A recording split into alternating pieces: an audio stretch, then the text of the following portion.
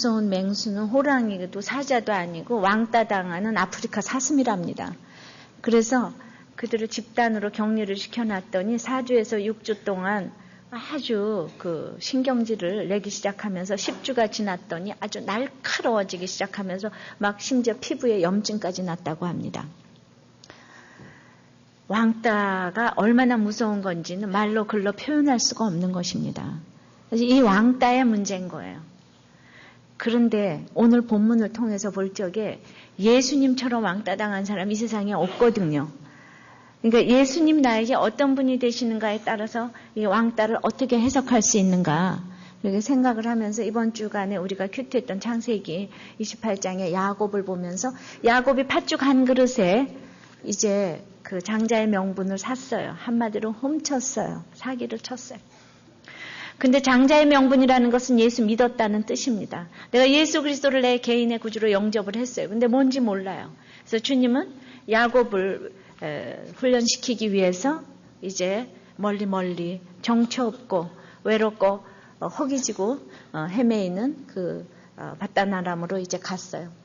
그래서 거기서 춥고 해가 지고 돌베개 베고 자는데 주님이 나타나셔가지고 이렇게 얘기를 하는 거예요. 창세기 28장 13절에서 15절까지 너 누운 땅을 내가 너와 내 자손에게 주리니 내 자손이 땅의 티끌같이 되어서 모든 족속이 너와 내 자손을 인하여 복을 얻으리라. 내가 너와 함께 있어 내가 어디로 가든지 너를 지키며 너를 이끌어 이 땅으로 돌아오게 할지라. 내가 내게 허락한 것을 이루기까지 너를 떠나지 아니하리라. 이러면서 그냥 그 야곱은 지금 그냥 다니다가 지쳐서 헤매다가 지쳐서 돌베개 베고 잤는데 주님은 나타나셔서 이렇게 어마어마한 성경의 지면을 할애해서 이렇게 축복을 주시겠다고 약속을 한 거예요. 그런데 맨 처음에 예수 믿을 때는 그 축복의 내용이 뭔지를 몰라서 이 내용을 듣고도 야곱이 뭐라 그러냐면 그런데요 주님 먹을 거하고 입을 것만 주면 내가 11조 할게요. 이렇게 반응을 하는 거예요. 여러분들은 얼마나 약속의 자손이 여러분들의 후손이 얼마나 복을 받아야 되는데 날마다 성경 말씀을 듣고도 저 취직시켜주고요. 먹을 거 주면요. 하여튼 내가 11조 할 테니까 하나님. 민족의 복, 뭐 자손의 복. 내가 보지도 않은 거 어떻게 알아요. 이게 여러분들의 주제가라고요. 그러니까 야곱이 이제 이후로도 험악한 인생을 살아야만 이 모든 복, 허락한 복을 이룰 수가 있는 것입니다. 그러니까 우리는 야곱의 인생을 통해서 구속사적으로 어떻게 믿음의 사람은 어떻게 가야 하는지 하루아침에 갈 수가 없기 때문에 이 민족이 후손이 복을 얻기까지 이 험악한 인생을 살아가게 하신 이 예수님이 누구신지 이왕이면은 이 예수님을 잘 알아야지 인생의 낭비가 없고 시간의 낭비가 없고 감정의 낭비가 없는 줄을 믿습니다. 그러니까 무조건 행위로 구원받는 게 아니라 믿음으로 구원을 받는다. 믿음으로 구원받으면 됐지. 뭐가 그렇게 힘드냐. 오라 사망에 정말 이 곤고한 몸에서 누가 나를 건져내랴. 이거는 바울이 틀렸다 그러는데 그리스도 예수 안에서는 정죄함이 없다고 그랬는데 어떻게 내가 곤고할 수가 있느냐. 예수 믿어도 이렇게 곤고할 수가 있다니까요. 야곱처럼 이렇게 곤고할 수가 있어요. 예수 믿는 사람은 아무 어려운 일이 없는 게 아니에요. 자, 그래서 이제 우리는 예수님을 어떤 분으로 알아야, 오늘 본문에서는 예수님을 어떤 분으로 알아야지 우리가 이렇게 외로움의 문제를 다 해결할 수가 있겠는가. 그런데 오늘 보니까 멀찍이 따라갈 분으로 알고 있는 사람이 있더라고요. 57절 8절 읽습니다. 시작. 예수를 잡은 자들이 끌고 대제사장 가야바게로 가니 거기 서기관과 장로들이 모여있더라. 베드로가 멀찍이 예수를 쫓아 대제사장의 집 뜰에까지 가서 그 결국을 보려고 안에 들어가 하속들과 함께 앉았더라. 우리가 첫째로 이 멀찍이 따라갈 분으로 알고 있으면 사실 안 된다는 거죠. 그렇게 알고 있는 사람들이 많이 있어요.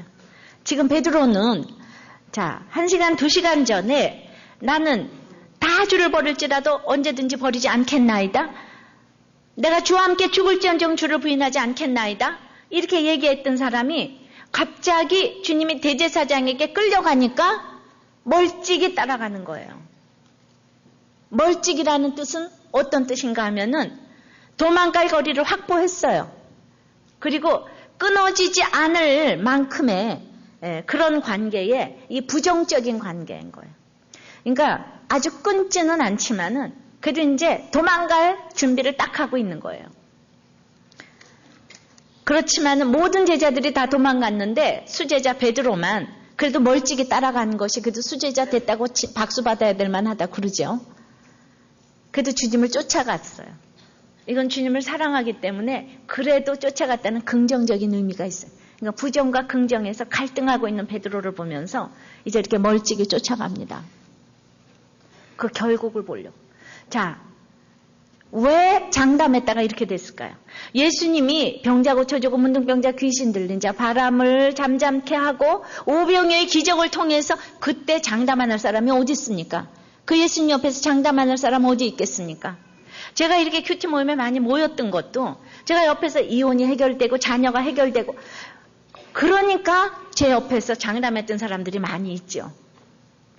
그런데 그 많은 사람들이 사실 우리 설교 많이 들어와서 보는 거 보면 지금 다 보는 것도 같아요.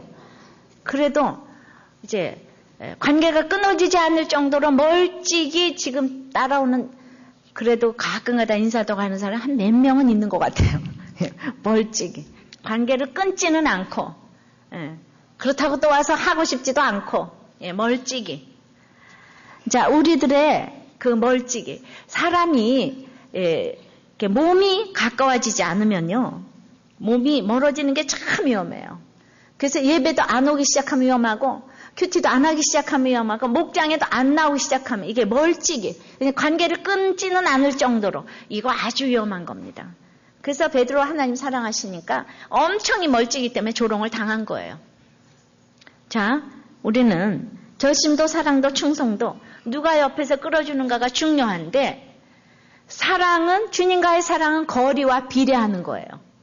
그래서 멀찍이 따라갈수록 점점 이제 주님과 멀어질 수밖에 없다는 거.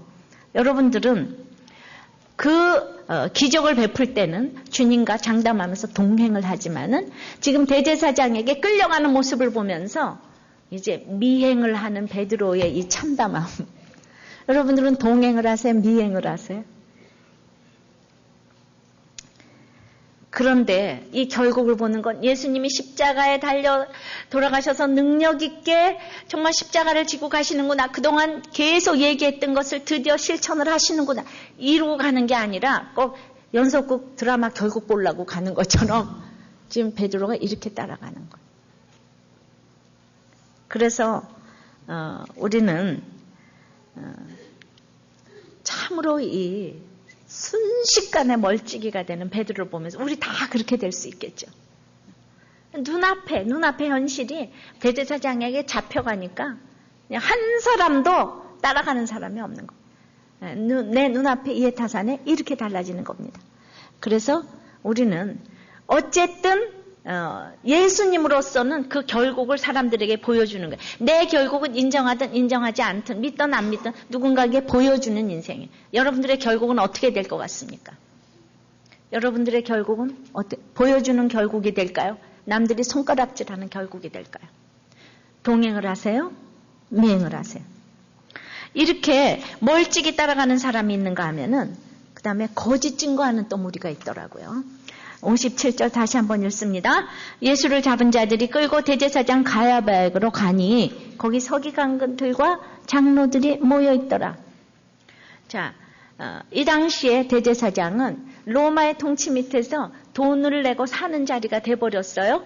이 대제사장 안나스가 아주 실세고 가야바는 사위인데 안나스가 벌써 다 정했어요. 근데 여러분들 예루살렘의 대제사장은 영예직분이에요. 근데 그거를 돈 주고 샀으니까 돈 벌어야 되잖아요. 이 자리에 있을 때. 그런데 예수님이 와서 아주 밥맛이 돼버렸어요. 예수님이 너무 거추장스러운 그 존재가 됐어요. 예수님 때문에 사람이 살아나고 뭐 이러니까. 예수님을 지금 이제 죽여야 되는 거예요. 명분을 찾아서 죽여야 되는 거예요. 이거 혈안이 됐어요. 그래서 대제사장 가야바로 갔는데 예수님을 잡아 죽일 명분을 찾으면서 자기네들은 법을 어기고 있어요. 사내들인 공회는 해가 그러니까 해 뜰 때만 이게 열어야 되는데 벌써 밤중에 이 회의를 소집을 했고 거기에 대제사장과 같은 생각을 하는 한마디로 이렇게 똘만이라고 할 수 있는 서기관과 장로들이 딱 모여 있어요. 그러니까 이 사람들의 목적은 예수님 잡아주기 위한 이 미팅인 거죠. 그죠?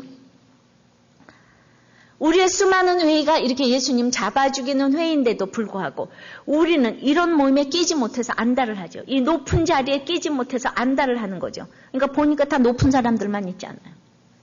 내가 얼마나 예수님 잡아 죽이는 모임을 가지 못해서 안타까워하는지 아세요? 제가 그런 게 아니에요. 지금 59절 봅니다. 대제사장과 온 공회가 예수를 죽이려고 그를 칠 거짓 증거를 찾음에는 미완료라고 그래서 계속 혈안이 돼서 찾는 거예요. 이거를 우리에게 주시는 말씀으로 적용하면 어떻게 되겠습니까? 우리는 수많은 모임에서 얼마나 예수님 잡아 죽이는 그 거짓 증거를 지금 찾고 그런 모임을 하는 줄 아세요? 나는 예수님 안 죽여서 내가 어떻게 예수님 감히 죽여? 여러분들이 지금 동창회 갔습니까? 동호회 갔습니까? 친척 모임 갔습니까? 누가 이혼한다 그러는데 입 딱 다물고 있는 거. 이거 예수님 죽이는 사람들이에요. 남자친구들끼리 모였는데 무슨 애인 타령이나 하고 어디 가자고 쾌락적으로 가는데 가만히 있는 사람들. 이거 예수님 죽이는 모임이에요. 또 어떤 여자친구들 모였는데 한 사람을 막 몰아주고 왕따 시키고 그냥 모여서 수근수근. 이거 다 예수님 죽이는 모임인 거. 나 살고 너 죽이는 모임인 거. 건설적인 의견이 하나도 안 나오는 모임. 맨날 모이면 친구가 이 친구 저 친구 얘기하고 집에 가면 맨날 무슨 욕한 거 같고 옷 차려입고 나가고 제가 오늘 옷 차려입었지만 옷 차려입고 그거 안 차려입고 나가면 큰일 나는 줄 알아요. 그거 다 예수님 죽이는 모임인 거예요. 나 살고 너 죽이는 모임. 모든 이 세상의 모임은 그래요. 예수 믿으면서도 이 서기관 장로들 직분 다 있는데도 불구하고 이혼한다 그러는데 그래 그거 왜 살아? 그렇게 해서는 못 살지. 당장 이혼. 이거 다 예수님 죽이는 모임. 그래서 거짓 증거를 막 찾는 거예요. 그러니까 말이지 메일도 다 복사해두고 그거 다 복사해도 이게 거짓 증거를 찾는 거예요. 그런데 똑같이 복사를 해도 살으려고 정말 참된 증거를 찾는 거하고 죽이려고 흥신소에 부탁하고 이러는 거 하늘과 땅 차이인 거예요. 근데 이 세상은 모두 죽이려고 나중에 뭐 받아내려고 이 거짓 증거를 찾는 거예요. 있잖아 들이닥쳐 이런 얘기나 해주고 기껏 엄마가 딸한테 얘 너 왜 사니? 이런 얘기하고 이게 다 예수님 잡아 죽이는 친척 모임이고 다 동창 모임이고 그렇다고. 여러분들 모임에서 어떤 얘기를 그렇게 날마다 합니까? 누가 그러면 안 돼. 절대로 살아야 돼. 그러면 안 돼. 용서해야 돼. 말씀을 들어봐. 내가 책 줄까? 그러세요? 여기 너무 높은 사람 앞에 가서 어떻게 그러겠어요? 대제사장 서기관 장로들이 지금 잡아 죽이려고 그러는데 이 특별한 뭐 사장님, 시아버님이 그냥 며느리 그냥 틀렸다 그러는데 거기 어떻게 얘기하겠습니까? 거기서 우리는 다 입들 가득 다만이 닫고 있는 거짓 증인들이 얼마나 많은지 몰라요. 그래서 50절 보십니다. 거짓 증인이 많이 왔으나 얻지 못하더니 후에 두 사람이 와서 거짓 증인이 많이 왔어요. 예수님 살아된 시에 그렇게 말씀을 베풀고 기적을 베풀고 치유를 베풀고 거기서 예수님 최고 이랬던 사람들 중에서 지금 거짓 증인이 많이 나왔다는 사실이요. 저는 그 거짓 증인이 반드시 우리들 교회도 있으리라고 생각해요. 내가 가봤더니 그 이상한 교회야. 이런 사람 있을 것 같아. 제가 얼마나 목숨을 걸고 가정을 살리려고 하는지 이거 상상을 못해요. 이제 사명이에요. 우리들 교회의 사명이라고. 그런데 제가 진짜 저한테 많이 그 메일을 보내는 사람들이 내가 말씀으로 인도함을 받아서 이혼을 하겠다 이런 사람들이 거의 없습니다. 아무리 뭐 신학을 댕기고도 그런 사람 없어요. 그러니까 제가 이거 한 번만 들으면 이혼을 막을 텐데. 그래서 한 번 듣게 하면은 지가 하나님인가? 아유, 자기가 막 사람 살린대. 이렇게 잘못될 수가 있지 않겠어요? 거짓 증거. 또 들을 수도 있어요. 그러니까 거짓 증인들이 있을 수가 있더라고요. 어떻게 이상하게 얘기를 하는가 하면, 보세요. 이제 거짓 증인이 많이 왔어요. 근데 두 사람이 와서 가로되 이 사람의 말이 내가 하나님의 성전을 헐고 사흘에 지을 수 있다 하더라! 이러는 거예요.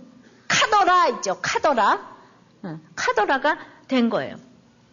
인간 세상에서 사람 하나 죽이기 위해서, 매장시키기 위해서 작정한 시나리오 앞에서 죽임 안 당할 사람은 아무도 없어요. 왜냐하면 인간은 100% 죄인이기 때문에.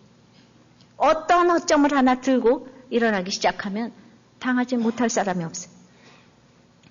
그거는 교회에서도 마찬가지예요. 그런데 여기 이렇게 거짓 증인이 있는데 예수님은 요한복음에 보면 너희가 성전을 헐라 그러면 내가 사흘에 일으키리라 이렇게 얘기를 했지 내가 성전을 헐고 사흘에 지을 수 있다 이러지 않았어요. 에덴 동산에서 너희가 선악과를 먹으면 정령 죽으리라 그랬는데 사단은 죽을까 하노라 이랬잖아요. 언제 주님이 성전을 헌다 그랬어요? 너희가 헐라 내가 일으키리라. 그러니까 성전된 건 자기 육체를 가리켜서 너희들이 나를 죽이면은 너희들이 나를 죽여도 나는 사흘 만에 살아난다 이 얘기인 거예요.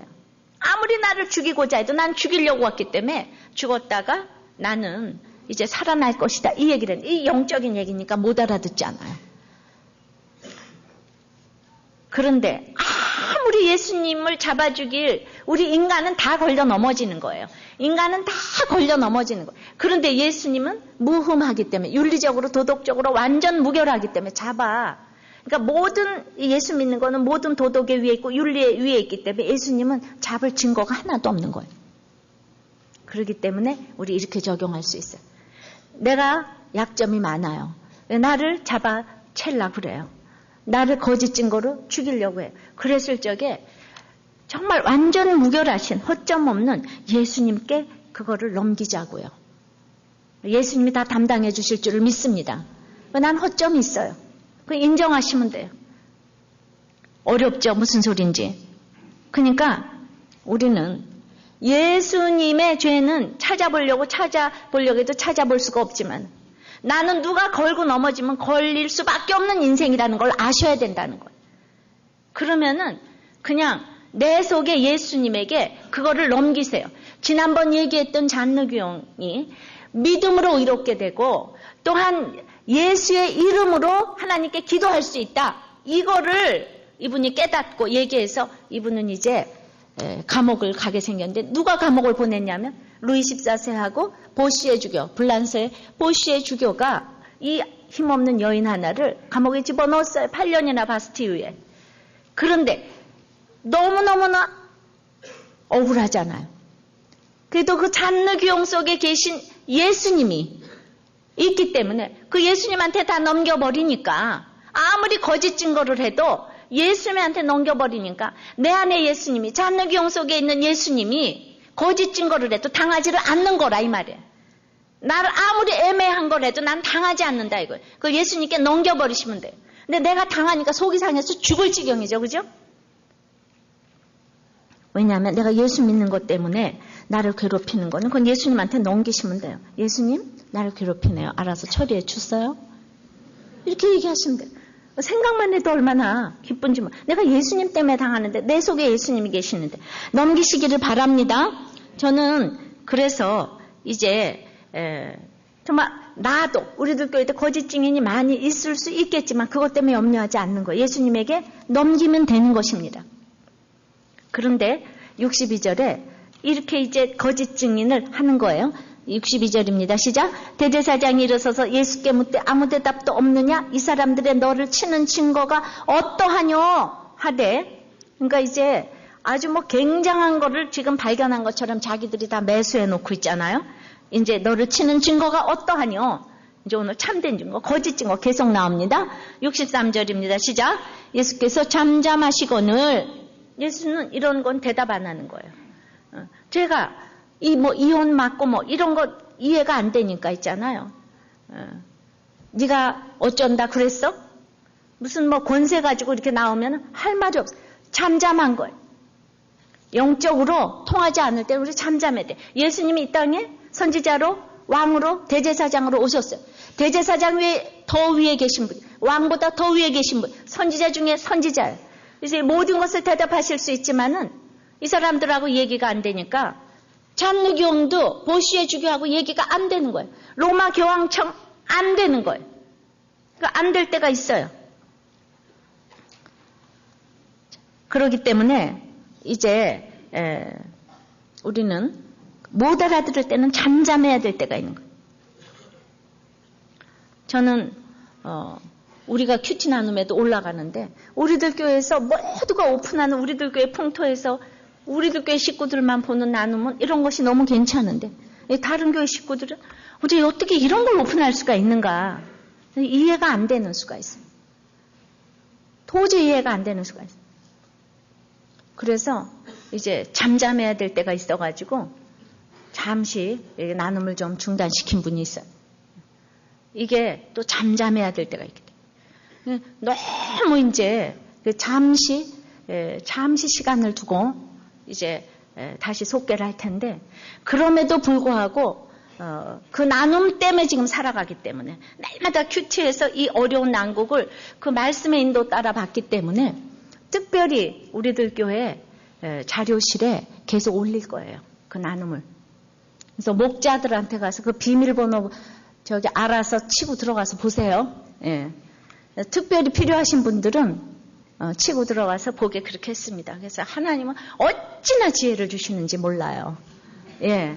우리는 이것도 하고 저것도 하고 잠잠할 때도 있고 얘기해야 될 때도 있고 그래서 이제 세 번째는 그러면은 예수님이 누구신가? 세 번째는 예수님만이 그리스도라는 거예요. 예수님만이 주님이라는 거예요. 예수님만이 구세주라는 거예요. 자, 우리가 3절 다시 읽습니다. 시작. 예수께서 잠잠하시거늘 대제사장이 가로되 내가 너로 살아계신 하나님께 맹세하게 하노니 내가 하나님의 아들 그리스도인지 우리에게 말하라. 64절에 예수께서 가라사대 내가 말하였느니라. 예.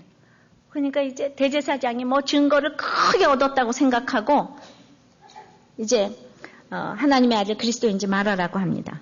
그러니까 조금 전에는 잠잠히 계셨던 주님께서 지금은 내가 그다, 내가 그리스도다, 네가 말했다 이렇게 얘기를 하는 거예요. 어디서 입을 열어야 되는지 아시겠죠? 어디에서 잠잠한지 아시겠죠가 아니고 전혀 모르겠죠? 어디서 잠잠하고 어디서 얘기를 해야 되는지. 그러니까 이렇게 큐티를 하지 않으면 내가 어떻게 말을 해야 되는지를 모르는 거. 어디서 잠잠해야 되는지, 어디서 입을 열어야 되는지. 한 절 사이에서 잠잠했다가 또 말을 하니까. 그러니까 제가 정말 목숨이 닿도록 말씀 묵상을 위해서 진짜 소리치다가 가야 될 거라고요. 수많은 사람들이 상담을 해도 이게 말씀으로 와서 이렇게 응답받았는데 이게 옳습니까? 이런 사람이 없다니까요. 그냥 무조건 남편이 못됐고 시어머니가 못됐고 부인이 못됐고 그래요. 그냥 바람 피고 나갔고 뭐 카드 빚지 무조건 그런 얘기만 써요. 그래서는 남편 못 잡는다고요. 부인도 못 잡는, 자녀도 못 잡는다고요. 그래서는 그냥 지혜가 하나도 없는 거예요. 잠잠할 때와 입을 열을 때를 알아야 되는데 지금 내가 그리스도다 그러면서 지금 더 읽습니다. 64절.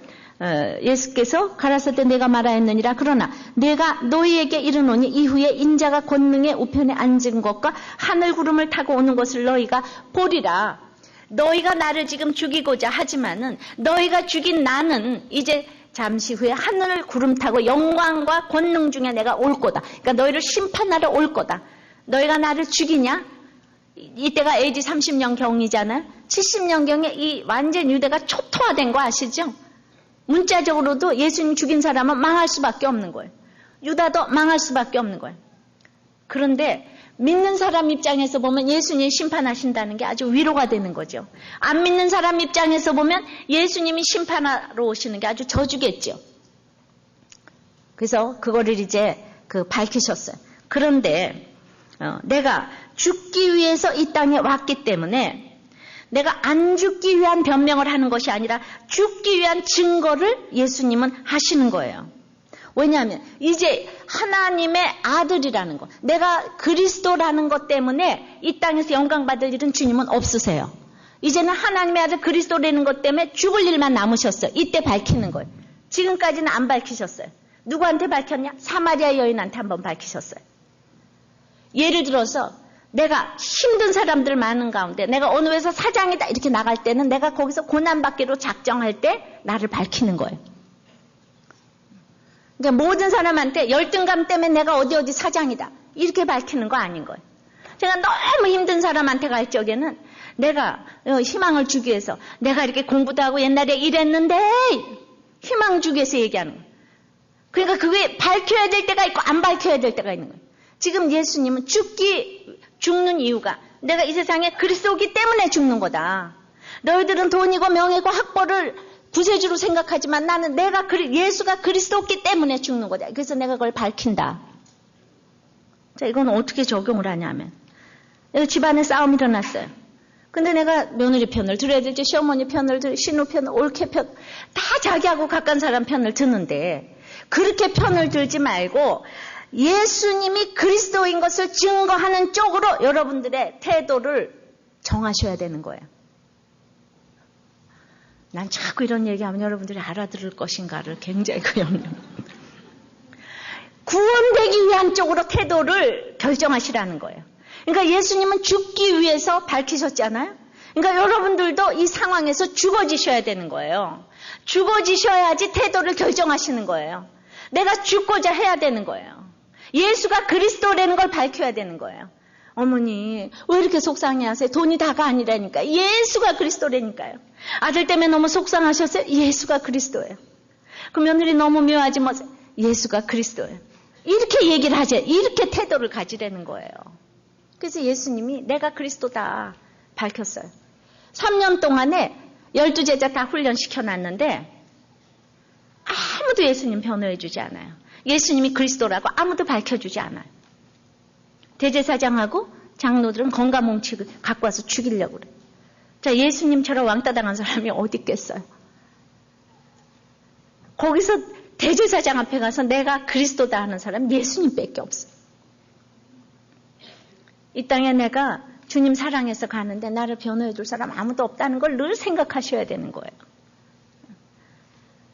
내가 아픈데 1시간도 아파줄 사람 없다니까요. 예수님이 그리스도인 거예요. 그래서 여러분들이 분명히 밝히는 것은 세상적인 거예요. 예수가 그리스도인 것이. 세상 것은 손해보고 이제 하나님에 대한 부분만 이것만 밝혀야 되는데 예수가 그리스도예요. 다 같이 시작. 예수가 그리스도예요.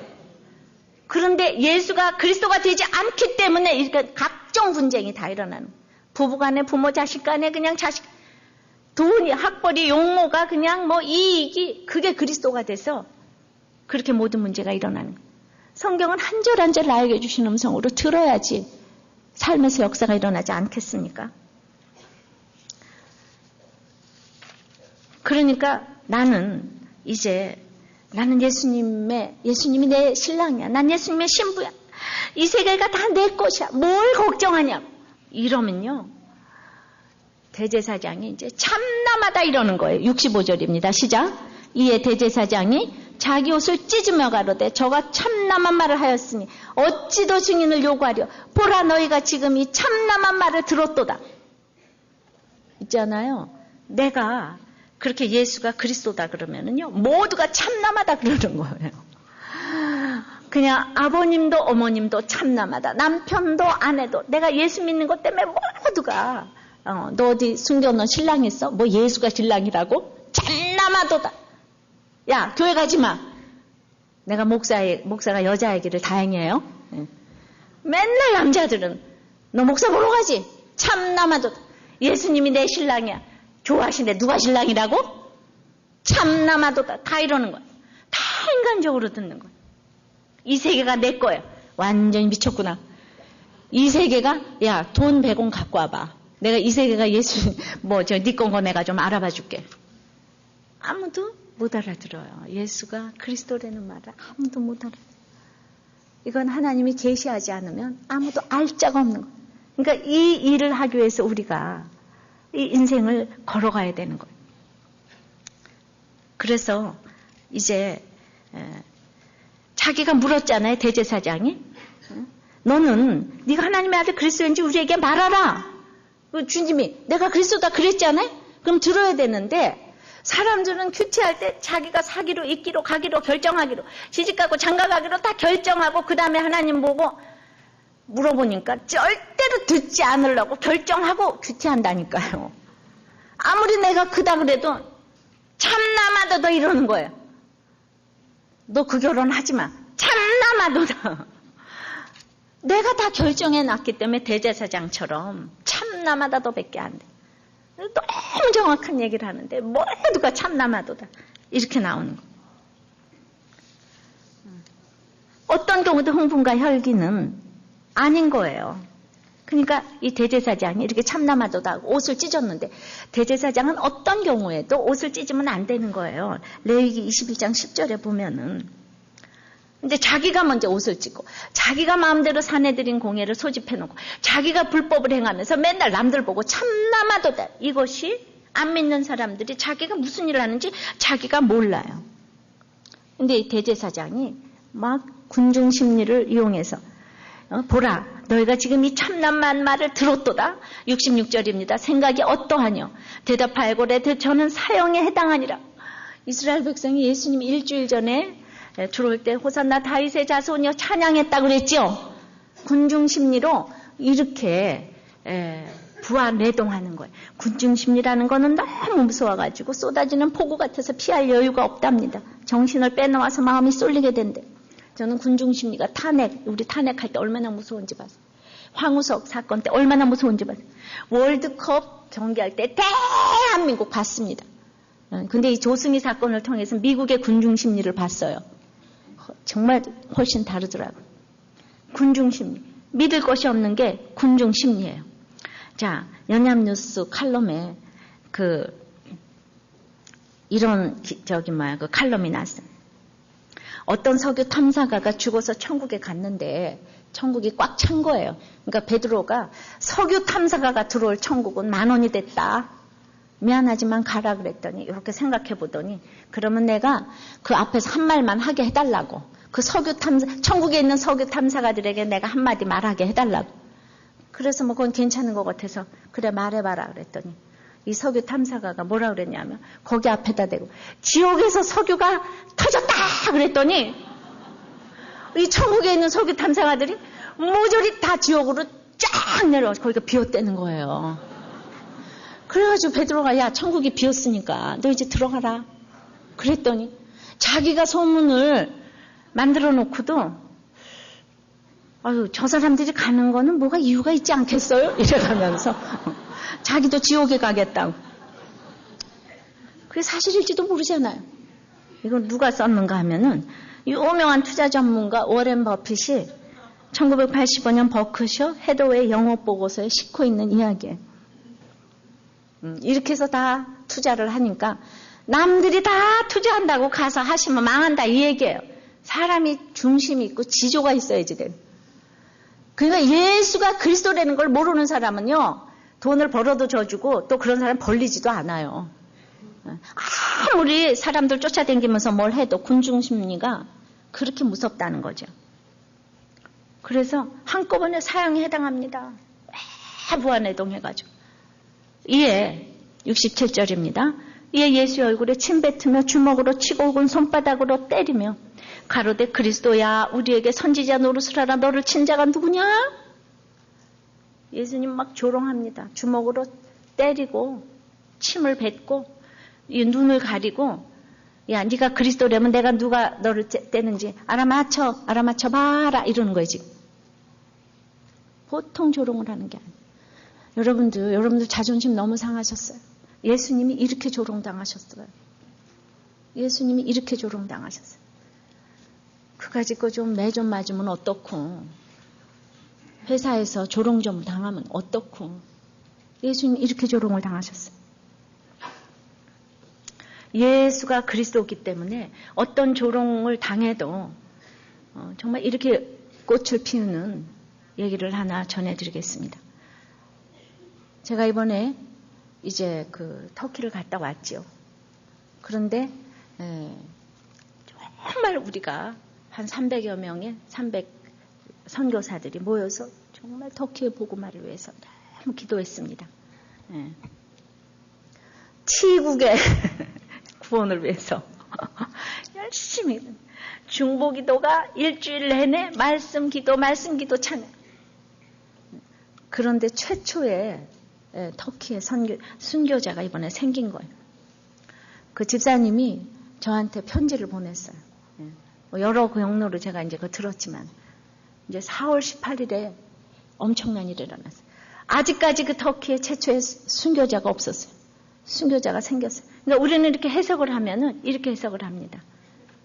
어떤 일이 일어났는가 하면은, 기도해달라고 저한테 편지를 보냈다. 20살이 채 안 된 10명의 청년들이요. 이슬람이죠.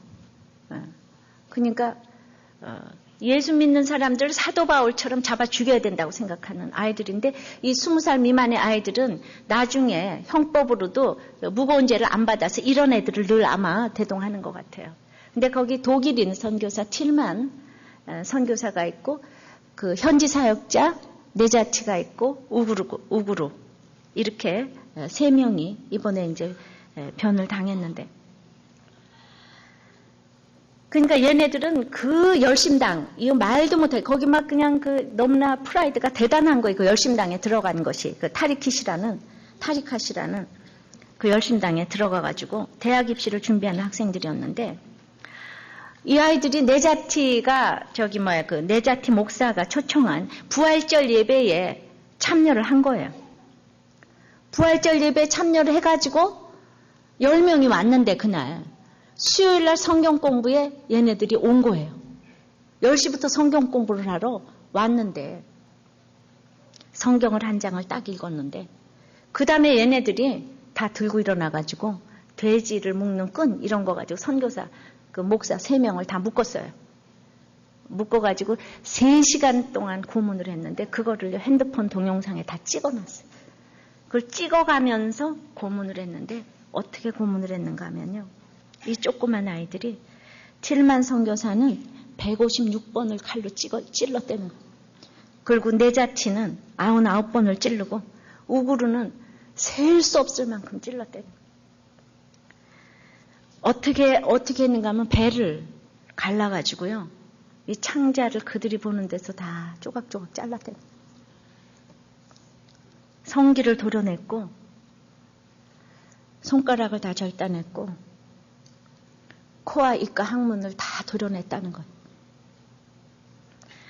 그런데 가장 큰 고통은 그 선교사와 이 사역자님들, 그 성경 공부하는 사람들 앞에서 이걸 다 보여준 거죠. 이게 얼마나 힘들었겠습니까?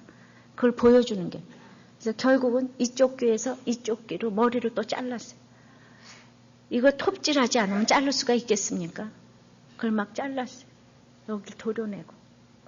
3시간 동안 이거를 다 보여주고 핸드폰에다가 녹화까지 하면서 어마어마한 그 일을 자행했어요. 그런데 오늘 그리스도야 우리에게 선지자 노릇을 하라 이랬는데, 이 사건을 이제 어떻게 해결을 했는가. 독일인 틸만의 부인 수잔나가 어떻게 기자회견을 했냐면요, 그 일이 일어난 즉시 남편이 이 땅을 사랑했고 자신들도 사랑하기 때문에 남편이 이 말라티아에 묻히기를 원한다고, 그리고 자기 자신도 이 땅에 계속 남기를 바란다고, 남편을 죽인 범인들을 용서한다고 했어요. 그리고 그러면서 이렇게 했어요. 왜냐하면 그들이 하는 일을 그들이 알지 못하기 때문이라고. 근데 그 현지 사역자 네자티, 터키인으로서는 지금 최초로, 거기도 뭐라고 얘기를 했는가 하면은, 남편의 죽음은 참 뜻이 깊다고. 왜냐하면 그는 그리스도를 위해 죽었고 그리스도를 위해 살았기 때문에, 남편은 하나님의 선물이었고 나의 삶에 그가 있었다는 것이 너무 자랑스럽고, 나는 이 사건이 영광의 면류관을 쓴 것처럼 느끼고 있다고. 나는 그 영광에 합당하게 살기를 원한다고. 이렇게 기자회견을 했어요. 예수가 그리스도이기 때문에. 이들 가족들에게 복음이 전해지기를 위해서 이제 기도를 부탁을 했는데, 저는 터키에 이제 복음의 본물이 밀려온다고 생각을 합니다. 너무너무 끔찍스러운 그 장면을 또 다 지금 사진을 찍어놨기 때문에 그 사진을 통해서 156번 찌른 걸 아는 거예요. 저는 이 죽음의 간증은 터키의 복음의 본물을 이룰 것이고 5 청년들이 저도 그렇고 사도 바울이 스데반을 죽이고 그렇게 인류 최대의 선교사가 되었듯이 그 이슬람의 제일 불쌍한 그 5 청년이 있잖아요. 이 선교사를 그렇게 죽여서 지옥 갈 수밖에 없는, 그리고 그 무슬림들이 정말 저주받을 수밖에 없는.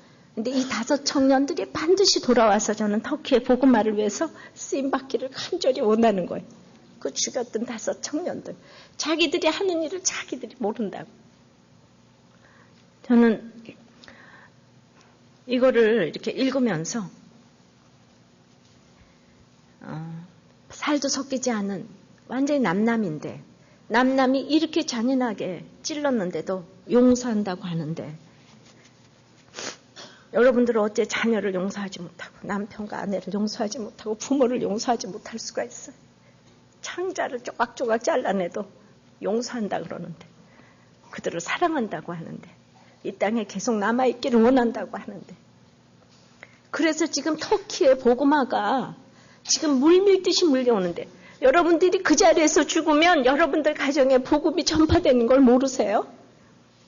여러분들이 그 자리에서 그렇게 죽어야지, 그렇게 어마어마하게 죽어야지 여러분들이 수천대의 축복이 오는 거 모르세요? 뭐가 그렇게 억울한 게 많아요. 이렇게 가는 게 너무 영광스러운 일이죠.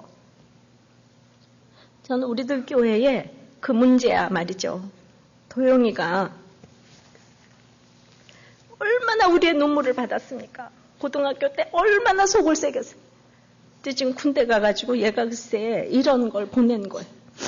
어떤 군인 아이가 너무나 그 군대에서 계속 심하게 부적응으로 있으면 쫓겨나게 되니까 무지 심하게 말을 안 듣고, 내가 계속 이러면은 이제 나를 보낼 거다. 그랬는데 이 도영이가 그 아이에게 계속 존댓말을 하면서 자기 옛 모습을 생각하면서 참아주었대요. 어떻게든지 그 형제를 살려보려고 노력을 했는데 결국 그 청년이 영창을 가게 됐는데, 이 도영이를 처음부터 끝까지 본 이 상관이 너무 도영이를 보고 놀라서 글쎄 이번에 표창장을 줬대잖아요.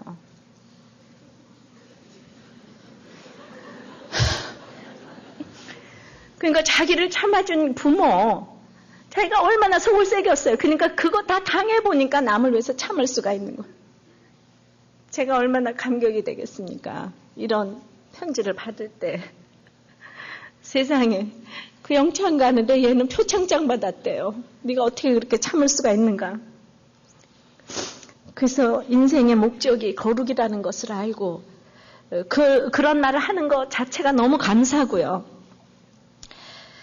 정말 그 사회에 전역하고 나서 그때부터 전쟁이 치열하겠지만은 남은 군생활 속에서 하나님께서 다듬어 주시고 하나님께 확실하게 붙잡힌 바 되기를 소원한답니다. 예수가 그리스도가 됐어요. 예수가 그리스도가 됐어. 이 아이도 여러분들이 다른 엄마 같으면 다 미워했겠는데 가정이 그렇게 낙원이 되고 가정에서 모든 문제가 해결돼, 그런 가정이 많지가 않더라고요.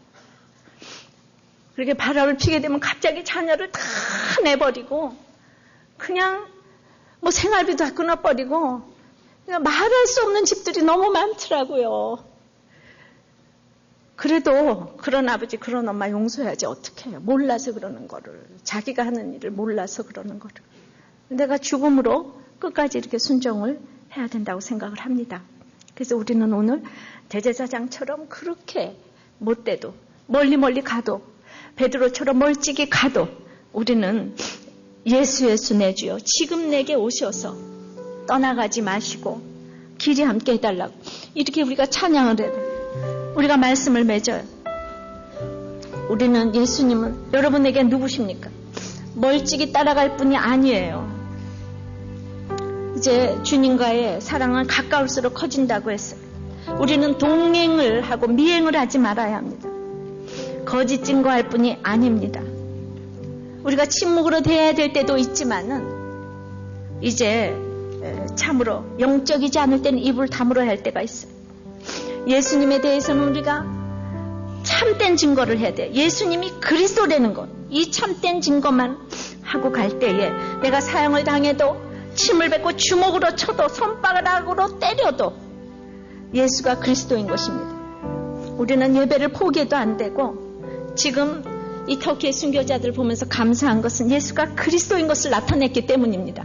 이렇게 어마어마한 사건 속에서 우리가 예수가 그리스도인 것을 나타내기를 바랍니다. 아버지 하나님, 우리 각자에게 예수 그리스도는 누구입니까?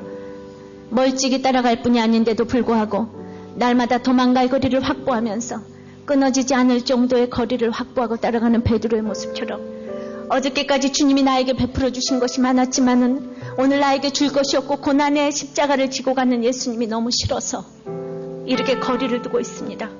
주님 불쌍히 여겨 주시옵시고 아버지 하나님, 정말 멀리 갈 때 우리에게는 처량하고 고난 일밖에 없습니다. 슬프고 외로운 일밖에 없습니다. 거기 좋은 일이 있는 것이 아닙니다. 그럼에도 불구하고 우리는 또 거짓 증거합니다.